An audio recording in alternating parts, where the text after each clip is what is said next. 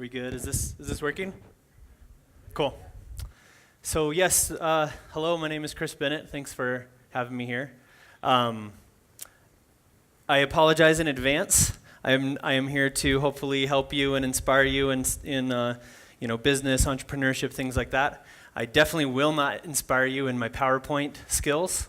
I put a lot of time usually into my presentations, not that I didn't put a lot of time into this thinking about it, but I literally just got off a plane from London yesterday speaking and found out about this on Tuesday, so my PowerPoint will be lacking. Hopefully my information won't. Also, if I start to tangent off into an English accent, you'll know why. But I was out in London on business speaking at another international conference out there on digital marketing. But as I said, my name is Chris Bennett, and I started 97th Floor about 9 years ago. It's a digital marketing agency, and I'll go through my background a little bit, and then we'll kind of jump into my tips. I know sometimes there's a lunch afterwards. I won't be able to stay for that. I got to go back and judge the Halloween costume contest at the office, and then see my kids do their stuff at school. So why don't we just go ahead, if you have questions during, raise your hand, and I'll try to get to them. If not, I got the clock in front of me, and I'll try to save some time, too, so we can get a lot of Q&A. So real quick background. 97th Floor is, like I said, a digital marketing agency. We do really cool stuff. We do creative stuff, a lot of really cool creative things. We create content, and we promote it and execute it on the web. These are some of our clients.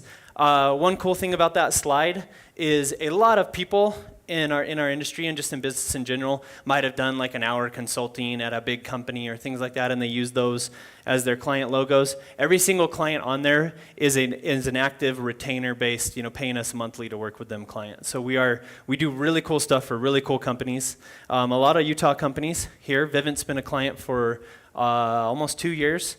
Adobe 6 years. Kind of a cool story with that. We were working with Omniture prior, and after the acquisition, Adobe liked what we were doing so much, we rolled into everything they were doing. Mozy's a really cool company as well, local here. They're in Pleasant Grove, owned by VMware. They do online backup and storage, and OC Tanner, they're awesome. So anyways, we do really cool stuff for really cool companies, and we have a lot of fun doing it. Real quick, before I go into the tips, kind of my background, so you can kind of get an idea of where I came from and why I chose this path, as a lot of you are probably trying to figure out, what path to take. When I was a kid, I loved graphic design. And I was like 14, and I really started taking to it, and I would design T-shirts of my favorite bands and different things like that. And I love layout and design and things like that. The internet wasn't around yet. Al Gore hadn't invented it yet, and so no dial-up, nothing yet. And my dad got us a computer. My brother, he's a couple years younger than me, and he owns a startup. He lives in California, but owns a startup based out of Miami that's in the digital space too. But we were both really into design, graphic design, things like that. Well, he's way better than me at design. And I really liked the communications and the advertising side. So as he started to excel at design, and it pretty much became apparent that he should be the one designing things and not me, I got really into communication, marketing, public relations, all that kind of stuff. I really got into, I really was fascinated that you could create messages and content that would resonate with people and inspire them to take action, whether that's buying a product or supporting a cause or whatever. There's definitely, I got inspired by the science behind by advertising. So we kind of just fooled around on the web. We created a lot of different things and kind of messed around. We had a real entrepreneurial spirit in my house growing up. So my dad, he's a pharmacist. He was a pharmacist by trade, but his love was magic. And him and my mom met, they met through some other ways, but when they were first married in California, there was a place called the Magic Island. And it was basically like a really hoity-toity nightclub where you go eat food and things and watch people perform magic. And it didn't shut down, but there's another one similar to that called the Magic Castle. Anyways, my mom would play the harp, she's a harpist, and my dad would perform magic. Well, he started to tour all over the world, Japan, things like that, performing magic, and it was taking a toll on the family and having kids, and so he teamed up with a guy you might have heard of called David Copperfield. And my dad has a lot to do with a lot of the tricks and things that David Copperfield did. So some really cool entrepreneurial side of that. However, my dad is a terrible, terrible businessman and terrible at understanding his worth in terms of business and things like that. So very successful in terms of what he did and creativity and things like that. But one of the things he always instilled in us, my brother and I, was, one, do what you love, because he hated being a pharmacist, hated it. I mean, every day he'd come home cranky. Every day he'd come home complaining about how much he hated it, and he loved the magic and all the other stuff. And then two, figure out what you're worth and stick to it, basically, because he obviously would have loved to have quit pharmacy and pursue magic more from behind the scenes. Anyways, that kind of sets the background for me and my brother, and we started messing around on the internet. And one of the first things we did was we created a dating site, this is like 11 years ago or so, when Hot or Not was around. I don't know if you guys were around when Hot or Not was around. They'd show a picture and you rate whether the person was hot or not, apparently. We started a fun one called hotmollies.com, and it was geared towards the LDS community, like Molly Mormon. And you rated pictures based off of how many cows they were worth from the Johnny Lingo movie. This is true. So it had a picture, had a little cow rating thing below, and she's a 10-cow girl. And anyways, it went crazy. Like, we had tons and tons and tons of signups. Hundreds of thousands of visitors right away when we launched. This is before spam laws were out. This is before social media sites, but this was like true viral marketing, people emailing it to each other. I say before spam laws came out because my brother built a script that basically scraped every college that we wanted to target and got every student's email out of the college's databases. Totally illegal. Like, if this was done today, I'd be behind bars, right? But it wasn't illegal then, so I didn't break the law. I wouldn't have done it if it was. We were just, we were innovators. We were playing around. We were pushing the limits. And so we blasted every single college kid we got the email address to. I think it was like 750,000 or something like that. And it went viral. Well, anyways, he kind of took over the back end side. We had a lot of other partners, too. We had way too many partners. I don't have that as a tip up here, but one of the things I learned is never have more chiefs than there are Indians in what you're doing. Never, ever, ever, ever partner with someone that you could pay someone to do that. Even if you're bootstrapping and you have no money, figure out a way, borrow money, something. Like, you shouldn't necessarily partner with a guy just because he's good at web design and you're not. I mean, my brother is different because he's my brother and we were doing it together, came up with the idea together. But don't partner with someone that can do what you could pay someone to do, that job for. Partner with someone that can help you do so much more that, you couldn't necessarily hire someone to do, or maybe it would be several $100,000s a year to hire someone to do that position. Anyways, long story short, we totally were taking over. I fell in love with Google and search engine rankings. I was getting Hot Mollies to outrank LDS Singles and all the other sites. I mean, it was super fun. And but again, we had way too many chiefs and no Indians, and way too many cooks in the kitchen, and it kind of imploded on itself. We didn't know how to make money. We had no idea what we were doing. None of the people involved had, we didn't have mentors. That's another thing. You got to get mentors early. People that have done it before, depending on where you want to go, right? So, like, we should have had mentors that had figured out how to basically generate income and get people to give them their credit cards and things on the internet. Like, we needed people that understood e-commerce and things like that. And we didn't have any of it. We were just kind of flying by our seat. So it imploded, and about 6 months after, I was, in my early 20s. So I'm 33 now. About 6 months after it imploded, one of our competitors, who wasn't near as cool as us, near as fun, near as many members, sold for $14 million. And I was like, oh my gosh, are you kidding me? I could be in my 20s and have, be splitting $14 million with a couple of guys. And we definitely would have been that one if we would have stuck to it. And a lot of the reasons why we didn't stick to it was we had, just way too many conflicting opinions. No one could, go. But the underlying reason was we had no mentors. We had nobody to kind of say, look, this is what you got to do. You got to cut the fat. You got to focus on this, and kind of get us to the next step. Well, anyways, long story short, I fell in love with search engine optimization and ranking websites in Google, and I started 97th Floor, and that brings us to where we are here today. All through that period too, I don't want to make it sound like it was all roses and things like that. I had twins. My wife and I had just had twins. We had just bought a house. While I was in between trying to figure out what to do, I was doing mortgages. I was buying groceries on credit cards. I mean, I was like, so instead of, being $14 million rich, I was about $40,000 in debt just from living expenses and things like that. And it looked like, I just didn't know where to go. And I started doing mortgages because I needed to pay the bills. But while I was at the mortgage company, my boss there, I would always bring him ideas and say, we got to do this. We got to rank the website higher. We got to, get leads this way and that way. And he's like, if you love this stuff so much, why don't you do it? And I hated mortgages. I hated it. So I thought about it, and I talked to my wife, and she supported me, and I didn't just quit, right there. I kind of started doing it on the side. And I had a friend that had a catering company here in Utah that he had just started.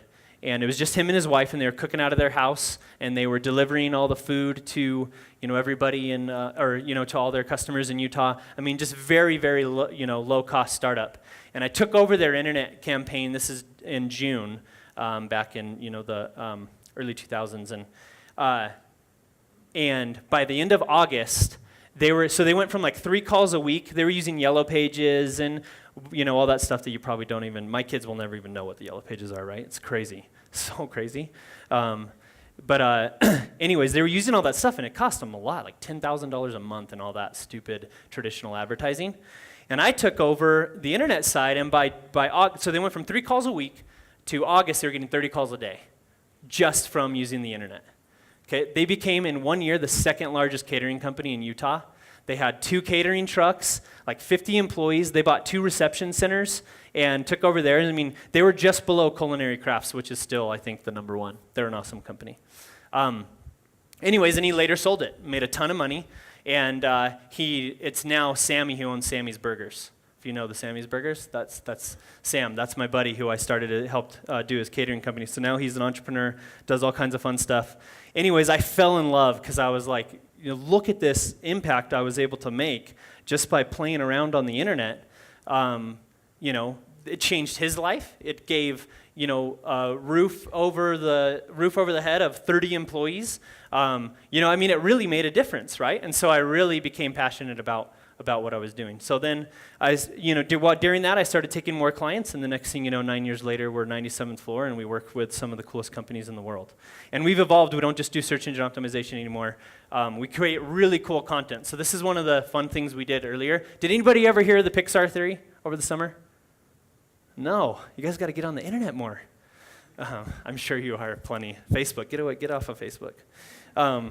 Anyways, Pixar Theory. This guy came up, we didn't come up with it, but this guy came up with a theory called the Pixar Theory, and it will blow your mind. It's about how all the Pixar movies are intertwined, and you got to take them, they're not in chronological order the way that Pixar has created them.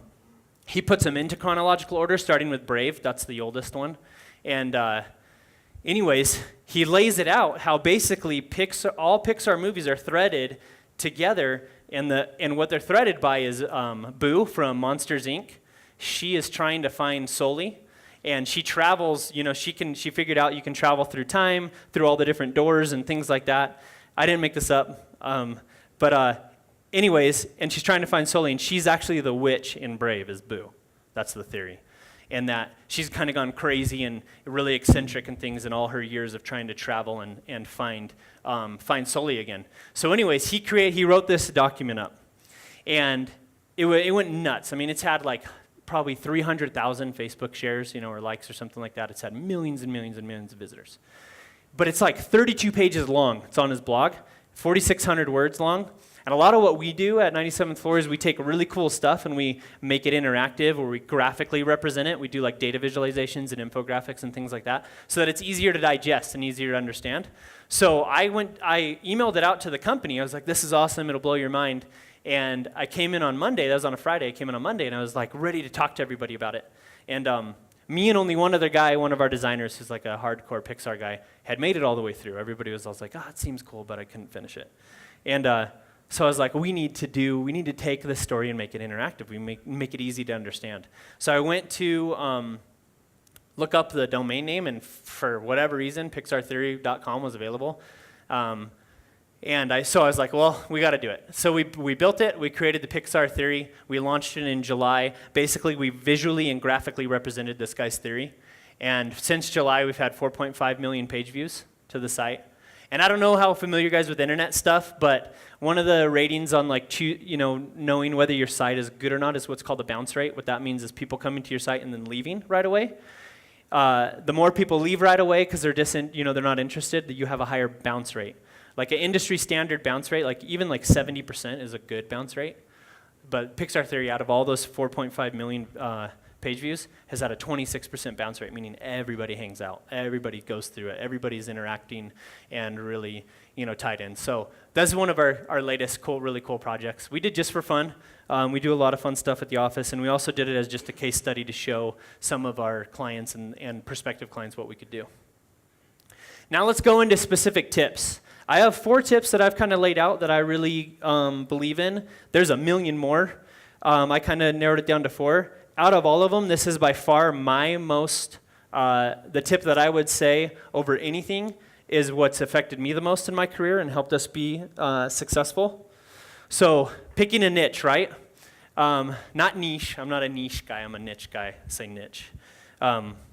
Anyways, picking a niche in what your business or as an employee is the best thing you can do for your future, in my opinion. Now, because I've seen it full circle, right? From being an entrepreneur, and I used to be an employee, and an entrepreneur, and now a business owner, and seeing it with my employees, the employees that are really good at one thing, they're pretty good at some of the stuff, but really good at one thing, they're the ones that grow. This is what will set you apart, both in business and, again, as an employee. And don't think that you can't be an entrepreneur as an employee. You absolutely can.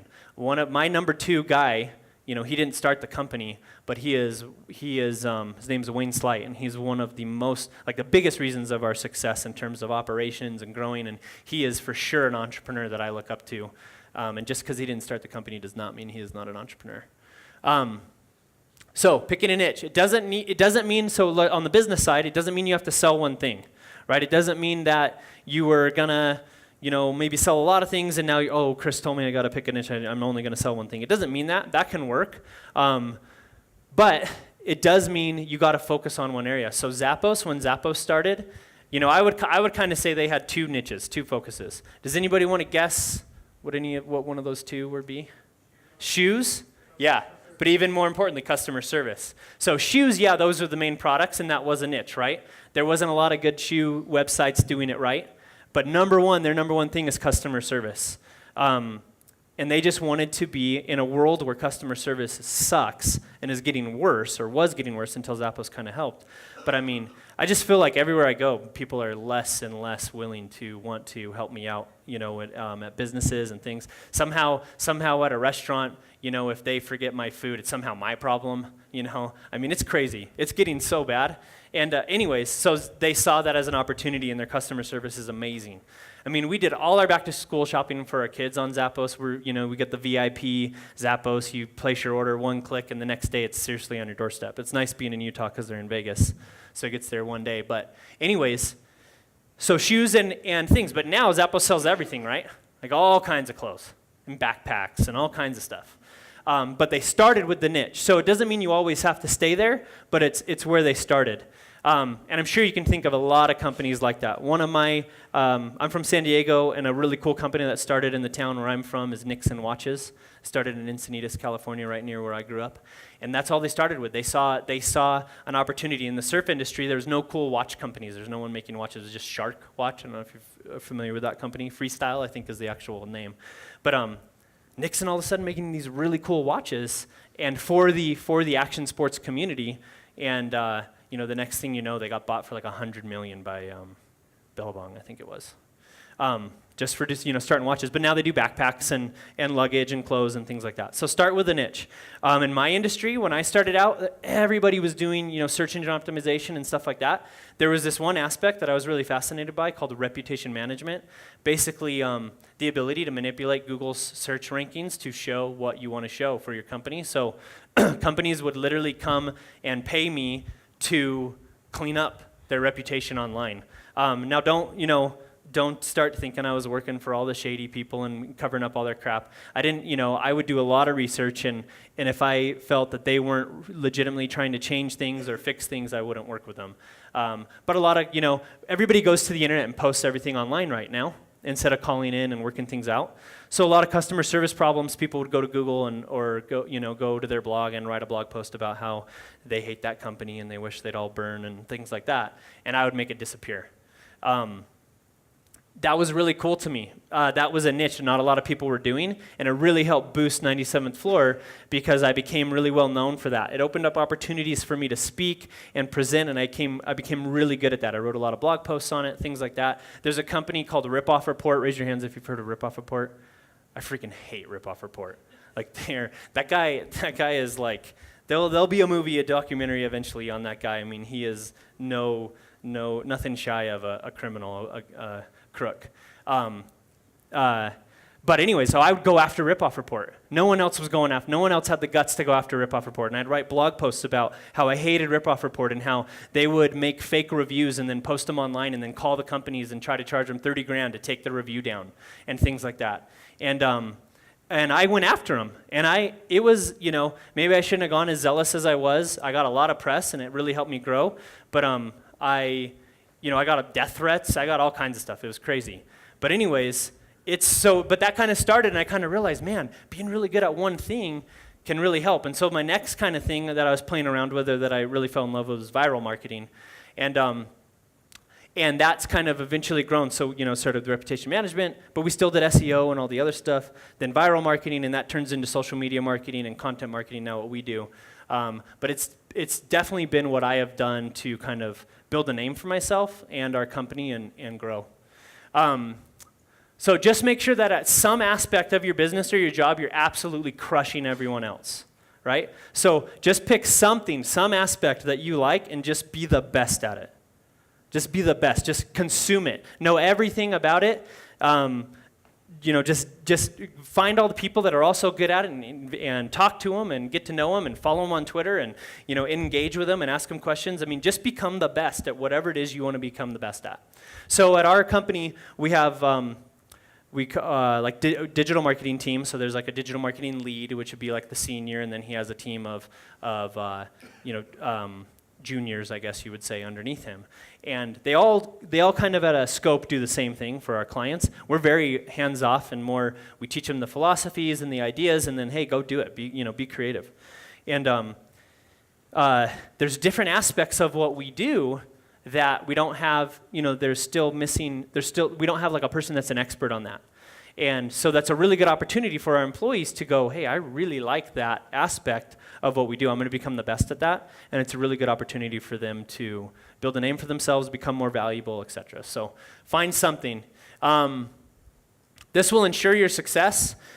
It's not about climbing the corporate ladder anymore. Companies are changing. There's not, in a lot, it was a crazy stat I saw yesterday, but it was like 60% or maybe even more, like 70% of millennials, so mostly you guys in the workforce, aren't working for Fortune 100s or Fortune 1000s even. They're working for startups and smaller companies now. And so the climbing the ladder isn't really as relevant as it used to be, when you're working for a 30-employee company or 50-employee company, as opposed to, going to work for GE or something like that. It'll set you apart by niching yourself. It'll help you move up. But more importantly, it'll help you move laterally. And sometimes that can be even more important than moving up. You can keep, like we try to tell the guys at our company, you might keep the same title your whole life, but you can make a lot more money by being niche and setting yourself apart and being a specialist at one thing. Especially coming out of college too, why you want to do this now and figure out some skills in the whatever avenue you want to go into and become the best at that is when you're interviewing, that'll set you apart, right? Employers aren't going to look at your GPA. They're not going to look at things like that. They're going to look at what you've done, your experience, and what your focus is. Especially on we're having a really hard time always hiring developers, programmers, and things like that. And I could care less about how many hours they've read or done different things. I want to see their work. I want to see their examples. I want to see the things that they're really good at. I want to see that I can throw a problem out there and not have any idea of how it should get coded or programmed, and that they can figure it out. So again, find an aspect maybe that's missing at the company you go to work for, or in business too, and own it. Be the best at it. Okay, number 2, do what you love. You hear everybody talk about this. I kind of want to take a little sidestep about this a little bit, because I have debates a lot with this with some of the people in our company. You don't have to love your product or service to do what you love. Although it helps. I love internet marketing. I love digital marketing. So it definitely helps. But maybe you just love business in general. My brother-in-law has a really successful pest control company in Henderson, Nevada, down in Vegas. Really successful. He hates pest control. He hates spraying. It's 110 degrees in the summer. He hates customer service, and there's, with that type of a business where, your customers are paying $30 a month, you have to have a lot of customers to be successful. So he hates all of the stuff that's tied to being a pest control, or pest control business or industry, but he loves being a business owner, and he loves the freedom that it brings. He loves, putting all the weight on his shoulders as opposed to someone else's. And so that's his passion. It doesn't matter what business he has. His passion is just being a business owner and having a working business. So he's more passionate about looking at things that aren't working, or that are clogging up the systems and things like that, and solving those problems to make it a more efficient business. One of the things he did a couple years ago was he took his accounts. They used to serve him monthly, and it was getting out of control. I mean, his techs were waking up at 5 a.m. and going to bed at 10 at night, and they were burning out quick. And so he's like, well, what if we took all our clients and we made them bi-monthly? And he realized, that they could actually treat them every other month and they'd still be fine during the month. They pay a little bit more, so per service, because they're only getting 6 a year instead of 12. But it comes out to where he was actually making more money, and now he just freed up 6 entire months of the year to come and get more customers and have them come in. So again, he hates everything about pest control, but loves everything about being a business owner. So you don't have to love, exactly what your business is. Maybe you just love business in general. But find at least, one aspect of what you do and love it. You definitely need to be successful and to really, and not just successful in terms of money, but successful in terms of life and just being happy, right? I'm super happy because of what I do. I love what I do, and I'm stoked to wake up and log on and go mess around on the internet. And I just happen to get paid for it, right? I would do it for free. I did Brown Brothers Catering. I started for free. Those first 3 months I did totally for free just to see what would happen. And I still do stuff for my mom's heart business and things like that for free because it's fun. And I love what I do. So find some aspect of it, whether it's being the admin or whatever, and love it. That will keep you addicted. You need to stay addicted because there's going to be times, there's going to be low roads. There's going to be crazy, crazy low roads all the time, right? Whether you're working as an employee or you're a business owner. There's a lot of stress that can come from it. There's all kinds of stuff, and there's going to be times where you're sitting there and you're going, "What the heck am I doing? I'm crazy." There's no way. But when you're addicted to what you do, you'll get through those tough times and you'll come through on the other end. Never, ever, ever, ever, ever make your love or your passion or anything for the money. Never, never. Making money is not your passion. It's so one-dimensional. It's so selfish and one-dimensional that, it just won't work. What works is doing what you love and the money follows. I can't say this enough. I've met so many people. There's a lot of companies, especially in Utah, but in the world in general, that say they do what we do, search engine marketing, things like that. There's a lot around here. And they're basically riding the train, right? The internet's popular, everything's going online, every business needs a website. So it's relatively easy to make some money and create a startup that's in the internet space. Because there's everybody needs a website, every business needs that stuff. But there's so many companies out there that are doing it just for the money, and it's very easy to tell when you look at their services or how high their turnover rate is. I mean, those clients I was mentioning to you before have been with us for years. Some of our competitors, they're lucky to have a client for 3 months. And it's not because anybody there is doing it because they love it. It's because they're doing it to make money. Kind of the same thing was happening with the mortgage industry back when I was in it. In around 2008, 2007, before the real estate crash, it was so easy to make money in mortgages, so there was a million of them, right? And now there's not, because it's not easy anymore. My prediction is about 5 years, like 60% or so of digital marketing companies will be totally gone, because they were doing it for the money and not for the passion, not for the right reason. Okay, number 3, execute. This is a big thing to me. There's a million people out there, in other words, get crap done. Just get it done. Just do it.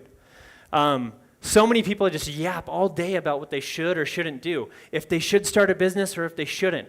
If they should take that job or if they shouldn't. And then when they do take that job or when they do start the business, should I try this or should I, not? Just try it. Like, you don't have enough time to figure out all that stuff. And it doesn't mean you go, do stupid stuff. But if you think it might help, just try it and figure it out. Do not be afraid to fail. Failure is one of the best things you could ever do. I've had so many businesses, not besides just the Hot Mollies one that failed. My brother and I created a web tracking analytics company that was this close to being bought by Twitter. That close a couple years ago. And now they're going for a public IPO, and I would have had stock in Twitter, and again, it would have been awesome. Not that I'm saying I'm not, I love what I do, and I love 97th Floor, but that's why it didn't work. I wasn't fully passionate about it. We were doing it for the wrong reasons. It's a whole nother story. But it was a failure, but I learned a ton from it. Just don't be afraid to fail. Just do. Just get out. Just do it. Just try it. Just do it. One of my best friends wrote a book this year. His name's Richie Norton, and there's a link down there later when we post the slides. You can get to it, or you can Google it. His name's Richie Norton. The book is called The Power of Starting Something Stupid.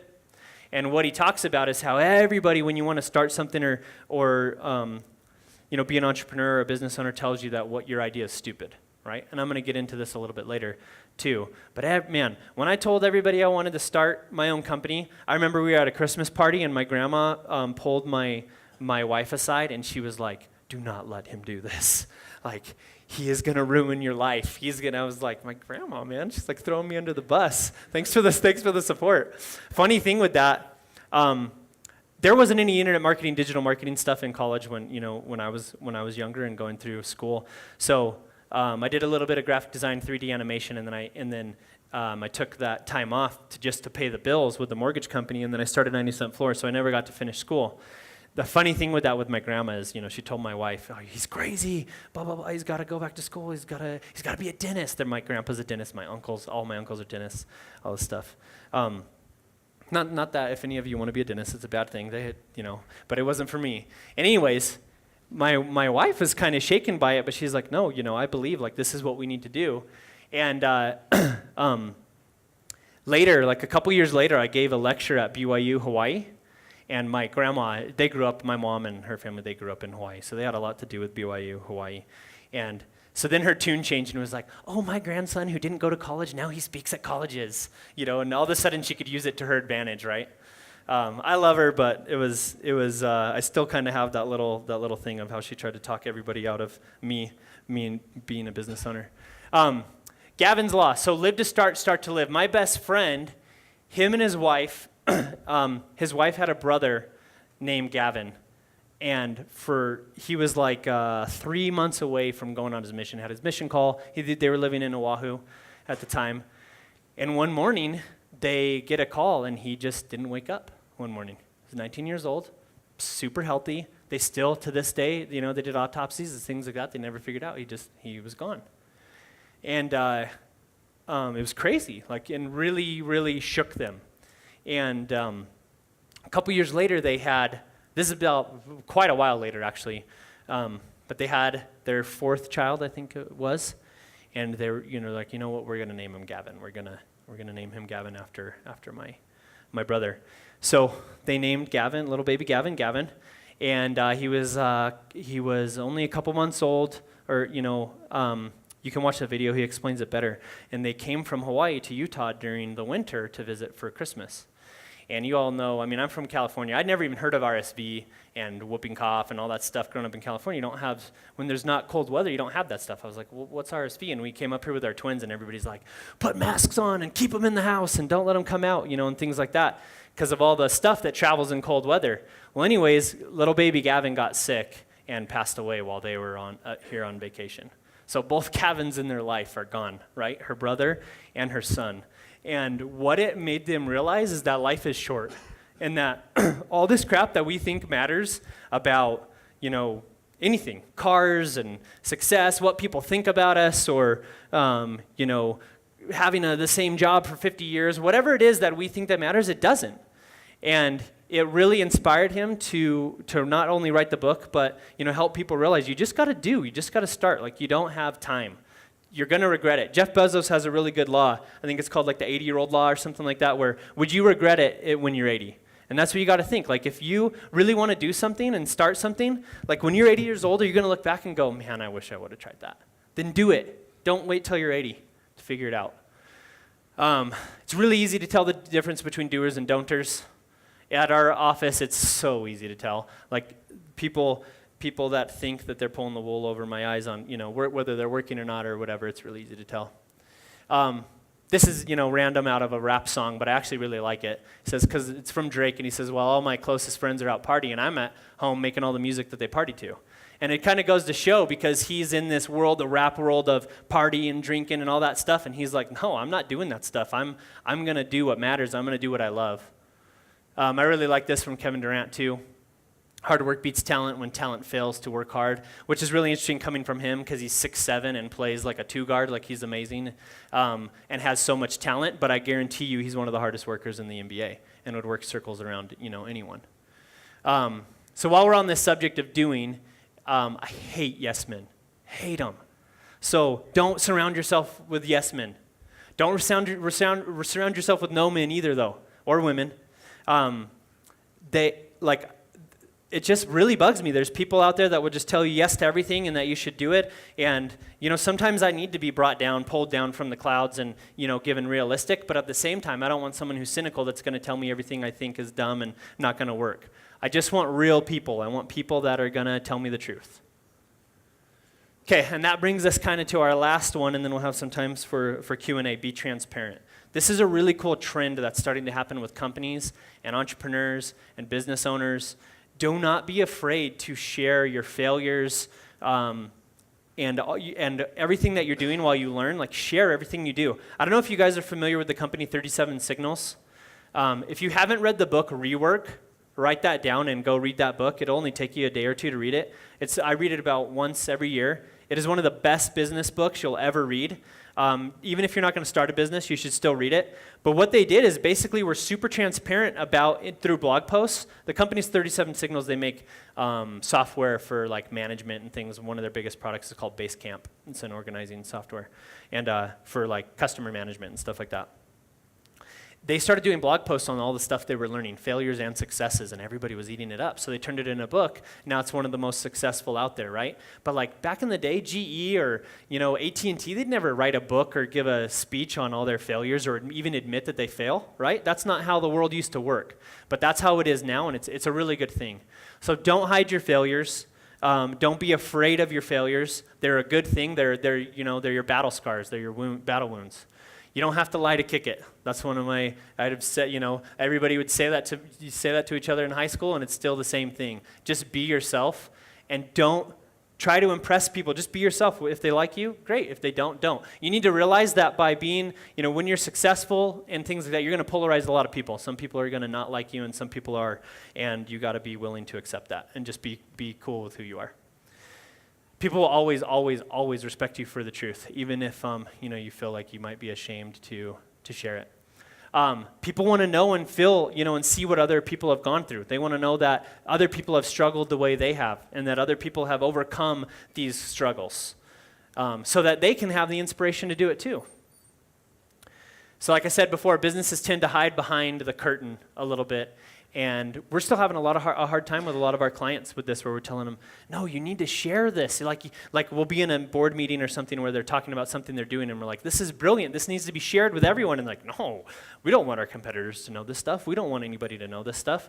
And only good things can happen by sharing. Obviously, if you're going to roll out some new product or things like that, that's not. You don't need to be transparent with that. But with your methodology and the way you do things and what you're learning.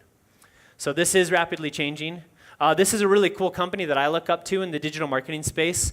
The owner has become one of my really, really good friends. They're called Moz. Very, very, very successful company out of Seattle. And that's their code that they created called Tag Fee.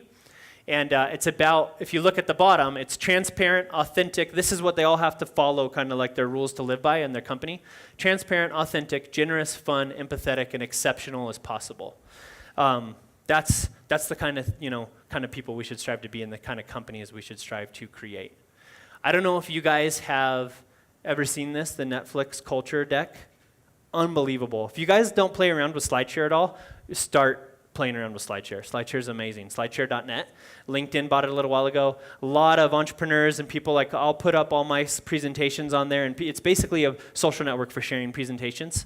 And Netflix put this on there, and it's had over 5 million views.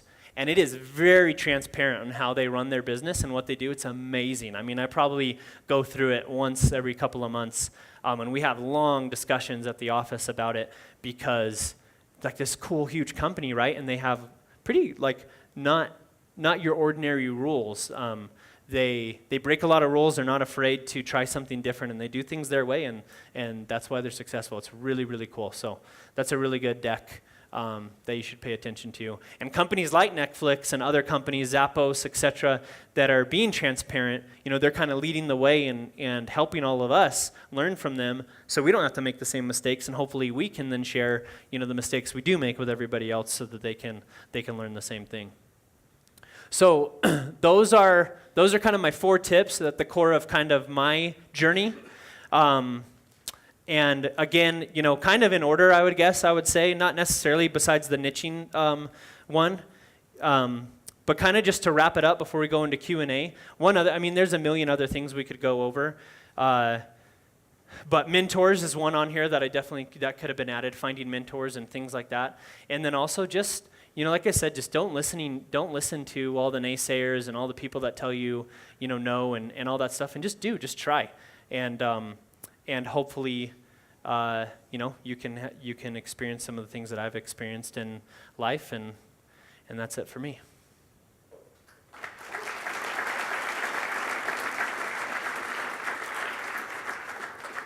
Questions? We got some time. Yeah. A question for people who work for you in your company. What do you do for people who don't, or have a hard time buying into your culture, your tips for success? Like employees? Yeah. Yeah, so I saw this other stat the other day that one of the biggest reasons for not hiring, or for people leaving a job quickly now, like for high turnover rate, is for not fitting into the culture of the company. Kind of interesting. I guarantee that's changed. Like 10 years ago, it was probably performance or things like that, and now it's more has to do with culture. And company culture does not mean ping pong tables and Xbox, break rooms and things like that. That's not company culture. That's just noise. Company culture is what you believe in, and kind of that stuff on the tag fee stuff. We're really big on our pre-interview stuff, on finding people that think would fit. So we obviously try to avoid someone coming in that's not already on par, or looking the way we are. It's not really that hard, a lot of stuff with that tag fee and all that stuff, it's just being good and wanting to do better in the world. And so, there's not as many people, but there are some people that are we have employees that are just looking for a job, to pay bills, and that's fine if we feel that there's someone that maybe could evolve and become more passionate about the culture and things like that. But we try to be very stringent in our screening beforehand. Yeah. Anybody else? Yeah. I got a couple. Well, how do you relate your vision? So, you've gotten to a great place, you're working with great companies, but your long-term vision for your company and your employees, how do you relate that to them and make sure they're on board with that? Yeah. That's a really good point. So I never even thought that I would have 10 employees, let alone 30. And this time next year, it'll be 50 the way we're going. And that was a really scary kind of jump for me too. And I kind of realized later this year that I hadn't done that, right? Like that guy Wayne I mentioned, he's really good at like speaking to our employees and talking about that stuff. But I, as a CEO, hadn't presented to the company and kind of gone over my vision. And I didn't really actually know my vision. My vision before, when I started 97th Floor, was I wanted to be really good at what I did, and I wanted to keep clients for a long time. I saw some of my friends working at some of these other companies with that high turnover rate. I wanted like partners almost, as clients. And also, the reason why I came up with the name 97th Floor, my wife actually came up with it, but I was in Lehi, Utah, right? And 10 years ago, Lehi, Utah, like the Walmart wasn't even out there. It was like us and the mink farms. And but I wanted to look like an agency like LA or New York, because I knew the type of work I was doing was that good. Was just as on par. So that was my vision in the beginning, just having a really good brand, strong brand that could attract these kinds of customers. And then as it's changed, yeah, I've had to, like now, I gave a big presentation to the company a couple months ago, and now in our weekly meetings and emails and other stuff, I got to keep on that. But Well, we're out of time. Thank you so much, Chris. Let's give him another hand. yeah. And we have a little gift for you as a token for Thank you. coming.